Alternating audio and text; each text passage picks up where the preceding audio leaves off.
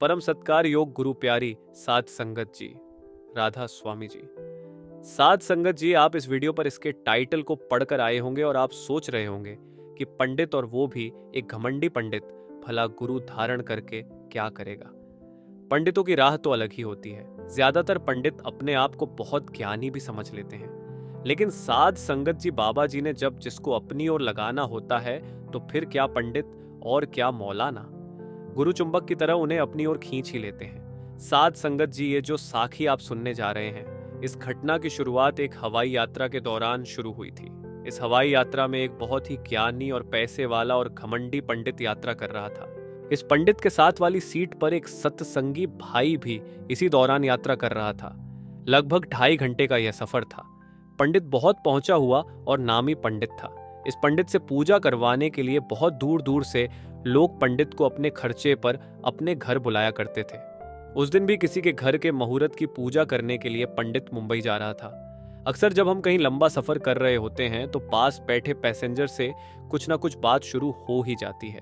ऐसे ही जब पंडित ने पास में बैठे सत्संगी को प्लेन में ही भजन सिमरन करते देखा तो भजन सिमरन के बाद पंडित से रहा नहीं गया। उस पंडित ने पास में बैठे सत्संगी भाई से पूछ लिया कि आप ये क्या कर रहे थे, इस तरह की भक्ति मैंने पहले कभी नहीं देखी। तो सत्संगी भाई ने अपना परिचय दिया और बताया कि मैंने अपने गुरु से नाम दान लिया हुआ है, मैं उसी नाम की कमाई कर रहा था। हमारे गुरु कहते हैं कि जितनी नाम की कमाई इकट्ठी कर लोगे उतना ही अच्छा है, क्योंकि 84 लाख योनियों से मुक्त होने के लिए नाम की कमाई ही काम आएगी। ये सुनकर पंडित मुस्कुरा पड़ा और पूछने लगा कि आपके गुरु को कितना ज्ञान है। सत्संगी भाई ने कहा कि ये तो मैं नहीं जानता, लेकिन वो हमेशा अपनी संगत को अच्छी शिक्षा देते हैं। पंडित फिर से मुस्कुरा पड़ा और कहने लगा कि अच्छी शिक्षा तो स्कूल में टीचर भी बच्चों को देते हैं, तो इसमें कौन सी बड़ी बात है। फिर पंडित बड़े ही घमंड से बोला कि मेरा सिक्का पूरे हिंदुस्तान में चलता है, मुझसे बड़ा ज्ञानी पंडित दूसरा कोई नहीं हो सकता। सत्संगी भाई चुपचाप सब कुछ सुनता रहा। फिर आगे पंडित कहने लगा कि मुझे तुम्हारे गुरु से भी ज्यादा ज्ञान है। मेरे पास मुझे सभी वेदों का ज्ञान है, मैं हाथ देखकर भविष्य बता देता हूं। यह सुनकर सत्संगी भाई से भी चुप ना रह गया। सत्संगी भाई कहने लगा कि आप तो हाथ देखकर भविष्य बता सकते हो, हमारे गुरु तो भविष्य ही बदल देते हैं। यह सुनकर पंडित जोर जोर से हंसने लगा और कहने लगा, तुम्हारा गुरु कोई भगवान है क्या? सत्संगी भाई कहने लगे कि हमारे लिए तो वो मालिक का ही रूप है। इन दोनों की बहस बढ़ती गई और आखिर में पंडित कहने लगा कि तुम मुझे अपने गुरु से मिलवा दो, मैं 2 मिनट में साबित कर दूंगा कि मैं कितना बड़ा ज्ञानी हूं। सत्संगी भाई कहने लगे कि हमारे गुरु कभी नहीं कहते कि वो बड़े हैं या दूसरा छोटा है। अगर आप उनसे बड़े भी हो तो भी उन्हें या मुझे इससे कोई फर्क नहीं पड़ता।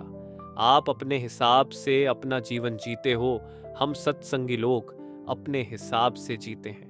पंडित मन में सोचने लगा कि इसकी बातों से लग रहा है इसका गुरु बहुत कुछ जानता है, जिसका ज्ञान मुझे भी नहीं है। तो पंडित कहने लगा कि मैं एक बार आपके गुरु से मिलना चाहता हूं, आप मुझे ये बता दीजिए कि वो रहते कहाँ हैं। मेरे आदमी उनसे बात करके मिलने का समय ले लेंगे। सत्संगी भाई ने बता दिया कि वो डेरे में रहते हैं और वो आपसे मिलेंगे या नहीं ये उनकी मौज पर निर्भर करता है। पंडित का घमंड अब 7वें आसमान पर आ गया। वो कहने लगा कि मुझे बुलाने के लिए लोग 6-6 महीने इंतजार करते हैं और आप कह रहे हैं आपके गुरु पता नहीं मुझसे मिलेंगे या नहीं। इसके बाद यह सफर खत्म हो गया। अब पंडित के मन में पूरी जिज्ञासा थी कि एक बार बाबा जी से मिलना है। पंडित मुंबई से पूजा करके वापस अपने घर लौट आया। घर वापस आने के बाद उसने अपने आदमी को कहा कि बाबा जी से मेरी मीटिंग फिक्स करवाओ। पंडित के आदमी ने डेरे में फोन करके पंडित का नाम बताया और कहा कि वो आपके बाबा जी से मिलना चाहते हैं। तो डेरे से बताया गया कि बाबा जी 2 महीने के बाद मिल पाएंगे, उसके पहले उनके पास टाइम नहीं है। पंडित के आदमी ने यह बात पंडित जी को बताई तो पंडित भी हैरान रह गया कि इनके गुरु के पास मुझ जैसे ज्ञानी पंडित के लिए टाइम ही नहीं है। पंडित अब 2 महीने का इंतजार करने लगा, क्योंकि पंडित की जिज्ञासा अब और बढ़ चुकी थी। फिर 2 महीने के बाद पंडित जी को बाबा जी से मिलने का समय मिला।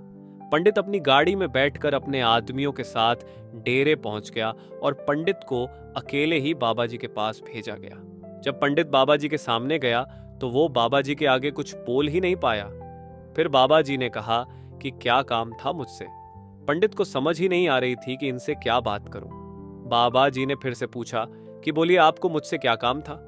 तो पंडित कहने लगा कि आपका एक सेवादार प्लेन में मुझे मिला था, उसके मुंह से आपकी बातें सुनी थी तो मेरे अंदर आपसे मिलने की जिज्ञासा पैदा हो गई।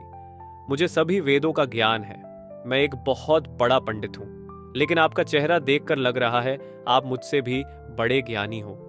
तो बाबा जी कहने लगे कि भाई मुझे कोई ज्ञान नहीं है, उल्टा मैं तो खुद हर रोज कुछ ना कुछ नया सीखता हूं। आप इतने बड़े पंडित हैं, आपका और मेरा भला क्या मुकाबला। मैं तो सिर्फ अपनी संगत को नाम की कमाई करने के लिए कहता हूं, उन्हें यही शिक्षा देता हूं कि मालिक की भक्ति किए बिना इस भवसागर से पार नहीं हो पाओगे। इससे ज्यादा मुझे कुछ ज्ञान नहीं है। पंडित बाबा जी की बातें सुनकर हैरान हुए जा रहा था। पंडित सोच रहा था कि इतना बड़ा गुरु जिसके करोड़ों फॉलोअर्स हैं, वो अपने आप को छोटा बता रहा है। बाबा जी के सामने खड़ा पंडित अपनी सुध-बुद्ध खो रहा था। पंडित के मुख से ना जाने कैसे निकल गया कि मुझे भी नाम की कमाई करना सिखा दो। पंडित अपने आप पर काबू ही नहीं कर पा रहा था। तो बाबा जी ने कहा कि लेकिन आप तो कह रहे थे आपको हर चीज का ज्ञान है। पंडित कहने लगा कि मुझे वेदों ग्रंथों का ज्ञान है, लेकिन मैं ये नहीं जानता कि इस भवसागर से कैसे खुद को निकाला जाए। 84 लाख योनियों के जाल से कैसे बचना है। मैं बहुत बड़े बड़े ज्ञानी लोगों से मिल चुका हूं, लेकिन किसी ने भी आप जैसी बातें नहीं की। हर कोई अपनी बड़ाई करने पर लगा रहता था, खुद को बड़ा बताता था। लेकिन आप पहले ऐसे आज मुझे मिले हो जो इतने बड़े होने के बाद भी खुद को मामूली बता रहे हो। पंडित इस 5 मिनट की मुलाकात में ही बाबा जी का मुरीद हो गया था। पंडित ने अब जिद पकड़ ली और कहने लगा कि जब तक आप मुझे 84 लाख योनियों से बचने की युक्ति नहीं बताएंगे, तब तक मैं डेरे से नहीं जाऊंगा।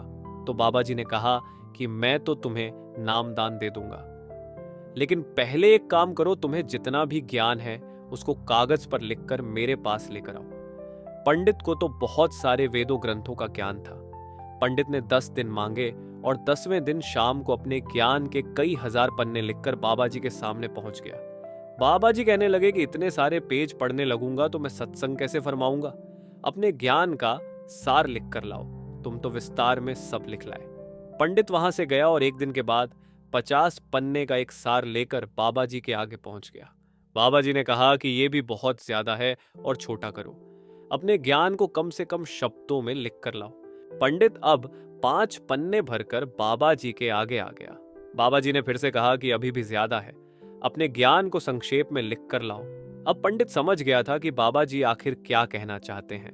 पंडित इस बार एक कोरा कागज लेकर बाबा जी के आगे पहुंच गया, जिसे देखकर बाबा जी मुस्कुरा पड़े और कहने लगे कि अब तुम नाम के काबिल हुए हो। ये सुनकर पंडित दंग रह गया। साध संगत जी जो खुद को ज्ञानी समझकर गुरु की शरण में जाना चाहते हैं, फिर ऐसे लोगों को भला गुरु की क्या जरूरत, वो तो पहले से ही ज्ञानी होते हैं। लेकिन जो लोग कोरे कागज की तरह एकदम खाली होकर गुरु के आगे झोली फैलाते हैं, तो ऐसे लोगों को गुरु अपने गले से लगा लेते हैं। इस पंडित को अपने ज्ञान का बड़ा ही घमंड था, लेकिन जब ये बिल्कुल खाली और कोरे कागज की तरह बाबा जी के सामने गया, तो बाबा जी ने इस पंडित को भी गले लगा लिया। इसी के साथ मैं आपसे विदा लेता हूं। आशा करता हूं आपको इस साखी से कुछ ना कुछ सीखने को जरूर मिला होगा। संगत जी साखी अच्छी लगी तो वीडियो को लाइक और शेयर जरूर कर दीजिएगा और कमेंट में राधा स्वामी लिखकर अपने शहर का नाम जरूर लिख दीजिएगा, जिससे कि हम जान सके कि बाबा जी के वीडियो कहां कहां देखे जा रहे हैं। अगर आप बाबा जी की प्यारी प्यारी साखियां सुनना पसंद करते हैं तो इस चैनल को सब्सक्राइब जरूर कर दीजिएगा। यहाँ पर हम हर रोज बाबा जी की साखियां अपलोड करते हैं।